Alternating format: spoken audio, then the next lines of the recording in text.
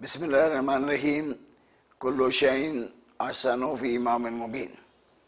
ناظرین، منتظر چینل کے ذریعے آج 28 صفر مولا حسن ابن علی علیہ السلام جو اللہ کی جانب سے دوسرے امام بن کر آئے.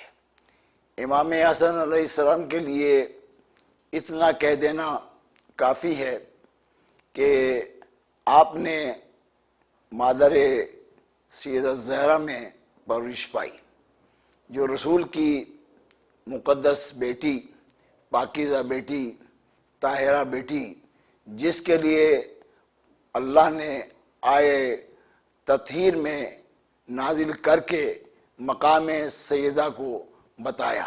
اس لیے کہ مریم کا مقام اپنی جگہ ہے، مریم کی فضیلت اپنی جگہ ہے، ہاجرہ کی فضیلت اپنی جگہ ہے، سارہ کی فضیلت اپنی جگہ ہے، لیکن دختر رسول کا جو وہ مقام ہے تو اس مقام تک مریم کی بھی رسائی موجود نہیں ہے. اس لیے کہ جناب سیدہ کے لیے اللہ نے سورہ کوثر نازل کر کے، اس لیے کہ جب نبی معظم کو خدا نے 2 فرزند عطا کیے، ایک قاسم ایک طیب، اور اللہ نے ان بیٹوں کو لے لیا تو نبی کی آنکھوں میں آنسو جاری ہوئے، افسوس ہوا. تو فوراً خدا نے اپنے پیارے محبوب کو رنجیدہ دیکھا، جبریل سے کہا جاؤ رسول کو پیغام دو کہ بسم اللہ الرحمن الرحیم انا اعطینا کل کوثر فصلی لربک وانحر انا شانئک هو الابتر.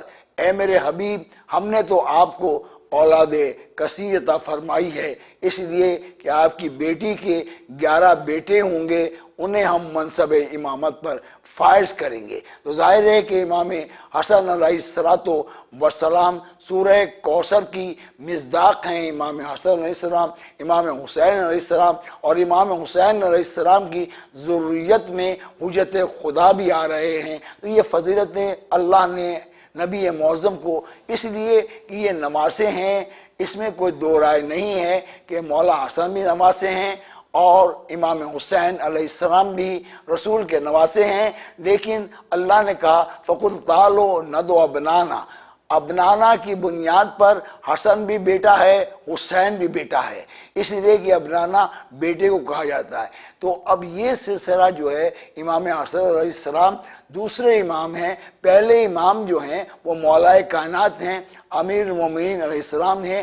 اب بی بی کی آغوش میں جو پہلا بیٹا آیا ہے وہ حسن ابن علی تشریف لائے ہیں. یہ فضیلت ہے جناب سیدہ کی کہ امام حسن پاک اور طیب بن کر آئے، کیونکہ ولادت ہونے کے فوراً بعد جناب بی بی پاک نے مصلی پر سجدہ کیا. بی بی کا سجدہ کرنا اس بات کی دلیل ہے کہ کوئی بھی دنیاوی خاتون جو ہے وہ بچہ جنم دینے کے بعد خدا کو سجدہ نہیں کر سکتی. لیکن امام حسن علیہ السلام نے بھی خدا کو سجدہ کیا اور جناب فاطمہ زہرا نے بھی سجدہ ادا کر کے زمانے والوں کو بتایا کہ نجاست ہم سے دور ہے.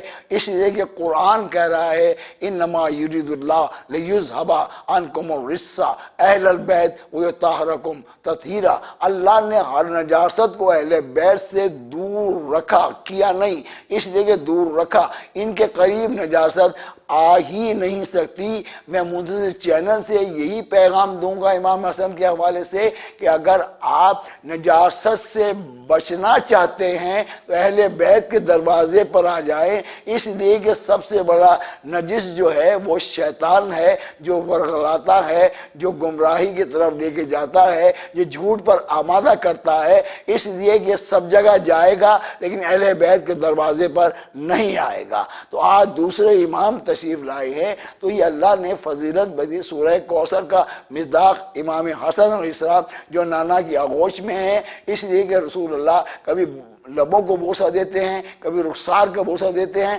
اور ارشاد فرماتے ہیں کہ مجھے حسن سے بھی جنت کی خوشبو آ رہی ہے۔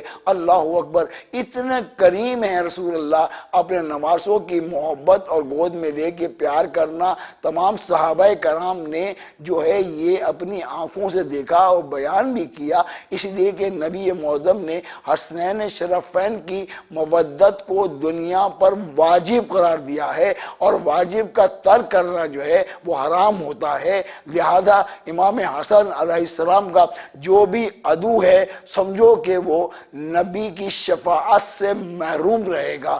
امام حسن علیہ السلام سے جس نے جنگ کی ہے یا ظلم کیا ہے وہ رسول کا سچا امتی کہلانے کا حقدار نہیں ہے۔ وہ شام کا حاکم تو بن سکتا ہے لیکن مومن نہیں بن سکتا، سچا مسلمان نہیں بن سکتا۔ امام حسن علیہ السلام نے صبر کا مظاہرہ کر کے زمانے والوں کو بتایا کہ ہم صابر بن کر آئے ہیں، ہم شاکر بن کر آئے ہیں، ہمیں اقتدار نہیں چاہیے، ہمیں دولت نہیں چاہیے، ہمیں تو اللہ کی رضا چاہیے۔ خدا نے انہیں اپنی رضا کا مالک بنا کر بھیجا ہے کہ اللہ نے، اس لیے کہ یہ تو وہ عمل کرتے ہیں جو ان کے نانا کرتے ہیں، نانا وہ عمل کرتے ہیں جو اللہ عمل کرتا ہے۔ وما تشاؤون الا ان یشاء اللہ، اس لیے یہ کچھ نہیں چاہتے، یہ وہی چاہتے ہیں جو اللہ چاہتا۔ یہ شرف امام حسن علیہ السلام کا ہے کہ یہ جنت کے سردار ہیں۔ تو جنت کا سردار ہونا اور بات ہے، متقی ہونا اور بات ہے، عمل اچھے کر کے جنت میں جانا اور بات ہے، امتی بن کر جنت میں جانا اور بات ہے۔ حسن بھی سردار ہے جنت کا، اور امام حسین علیہ السلام بھی جو ہیں وہ جنت کے سردار ہیں۔ جن کے جوڑے جنت سے آ جائیں انہیں حسن مجتبیٰ کہا جاتا ہے، حسین مظلوم کربلا کہا جاتا ہے۔ جن کا ذکر توریت بھی موجود ہے، شبر بھی موجود ہے، شبیر بھی موجود ہے۔ توریت والے عزت و احترام سے جو ہے وہ جانتے ہیں کہ یہ ہستیاں کون ہیں۔ ہارون کے بیٹوں کا نام تھا وہ شبر و شبیر تھا، لہذا نبی کے نواسے شبر و شبیر جن کا تذکرہ اللہ کے رسول نے زمانے والوں پر ان کی محبت کو واجب قرار دیا۔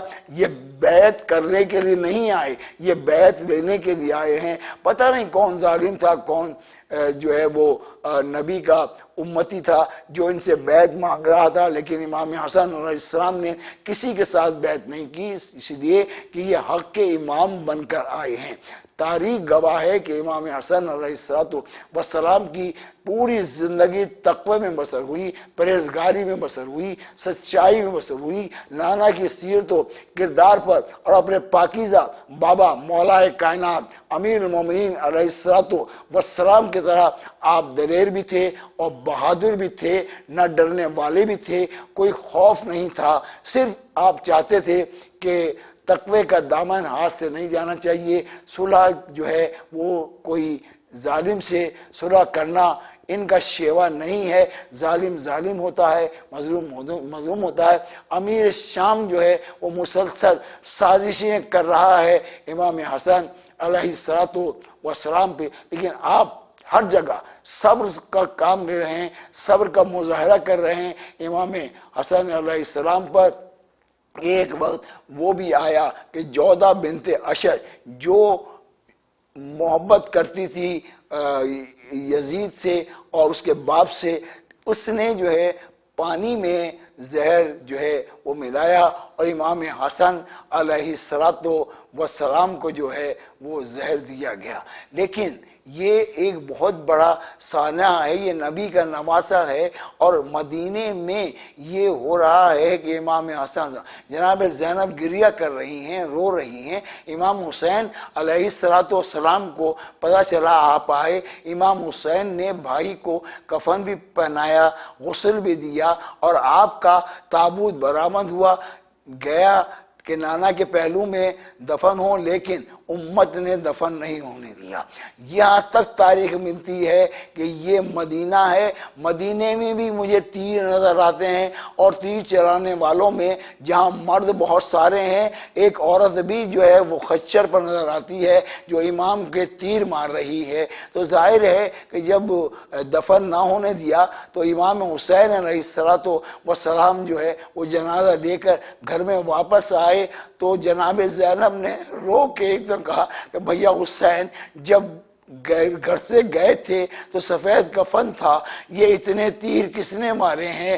کہا بہن زینب یہ نانا کی امت نے اجر رسالت ادا کیا ہے، اجر رسالت ادا کیا۔ جناب زینب بھائی کے لاچے سے تیر نکال رہی ہیں اور روتی جا رہی ہیں، گریہ کر رہی ہیں۔ حسن کے گھر میں آج قرآن ہے، قاسم رو رہا ہے۔ ایک مرتبہ حسین نے کہا بہن بھائی کے جنازے سے تیر تو نکال رہی ہو، لیکن ہمارا جنازہ تو گھوڑوں کی ٹاپوں سے پامال ہو جائے گا۔ ہائے حسن مصطفیٰ، ہائے سبز قبا، ہائے نبی کا پیارا نواسا، جسے ظالموں نے مدینے میں تیر چلائے۔ ارے آج بھی جنازے کا احترام کیا جاتا ہے۔ یہ کون تھے مدینے میں ظالموں جابر جنہوں نے نبی کے پاکیزہ لال حسن پر تیر چلائے اور جنازہ گھر آ گیا؟ کسی مسلمان کا جنازہ گھر نہیں آتا۔ ہائے حسن مولا، ہائے قاسم مولا، ہائے حسین مولا، واہ غربتا والیہ، امت نے خوب اجر رسالت ادا کیا۔ مدینے میں بھی تیر ہیں، کربلا میں بھی تیر ہیں، اکبر کے جنازے میں تیر، قاسم کا لاشا گھوڑوں کی ٹاپوں سے پامال ہو گیا۔ ہائے حسن مولا، ہائے حسین مولا، ہائے سیدہ زینب بی بی، آپ کا مقدر۔ مدینے میں بھی ظلم ہے، کربلا میں بھی ظلم ہے، ظلم کرنے والے نہیں بدلے، اس لیے کہ مدینے میں باپ ظالم تھا اور کربلا میں بیٹا ظالم تھا۔